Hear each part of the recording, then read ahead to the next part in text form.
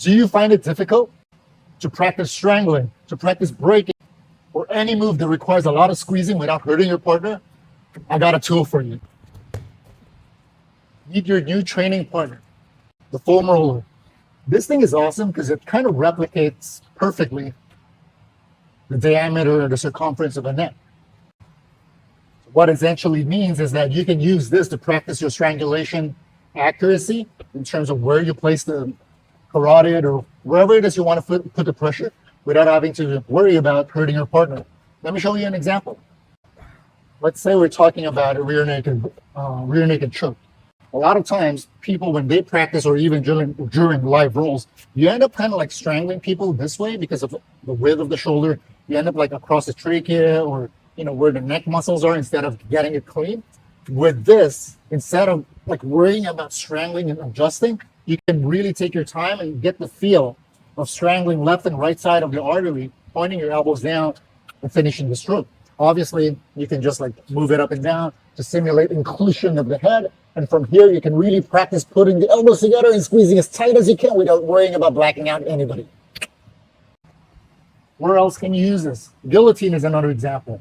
A lot of times, whenever we do guillotine, especially if you're new, you end up like having somebody's head here, and you end up like yanking it up and down. It's not really going to move. Even if you have a closed guard, for example, you end up like twisting the person's neck up and down rather than crunching in. This is a perfect tool to use. One, you can practice imagining you're getting somebody's head really tight, and you can wrap all the way around until you get your thumb on the other side, if that's the type of guillotine that you want, whether it's high elbow, whatever. But as you fall down, for example, you can really practice on doing the crunch and squeezing in without extending.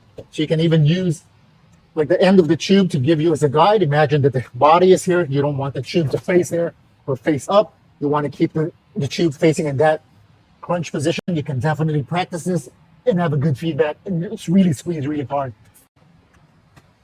Another strangle that you can practice really well with the foam roller, triangles. No, that was a square, triangle.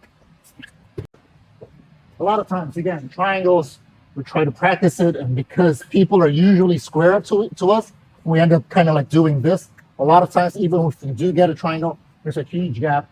That's a point that's really hard to teach a lot of times. It's also hard to learn without a willing partner that's willing to stay in their crotch the whole time. So this allows you to practice that really, really well. Get a foam roller, extend your leg, squeeze that really hard to take out all the spaces as much as possible. Grab your ankle, make the turn while finishing the triangle, while keeping the tube facing the same perpendicular way rather than it facing you. You can practice that all you want. Grab your knee, grab the head, squeeze, crunch, and finish your triangle that way. One of my most favorite ways of using a foam roller to practice a non-strangulation move is the straight ankle lock.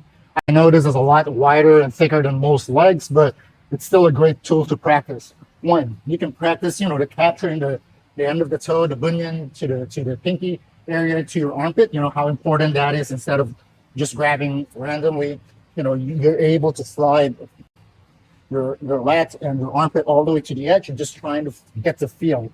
Training yourself to get a feel of whether or not you get that end of the lever is an excellent way to practice with a foam roller. The other way you can do is also the finish itself. Take it a little deeper. Imagine that this is already the Achilles.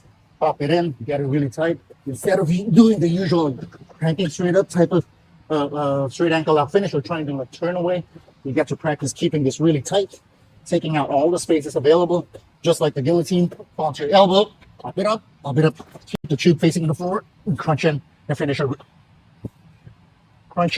a straight ankle lock finish. Hope you like it. Get your training partner. See you guys next time.